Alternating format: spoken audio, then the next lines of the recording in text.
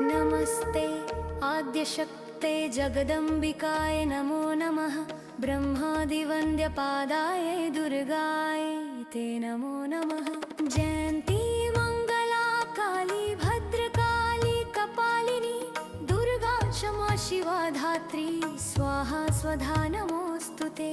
कात्यायनी महागौरी ब्रह्माणी वैष्णवी तथा माहेश्वरी च कौमारी वाराही नमोऽस्तुते।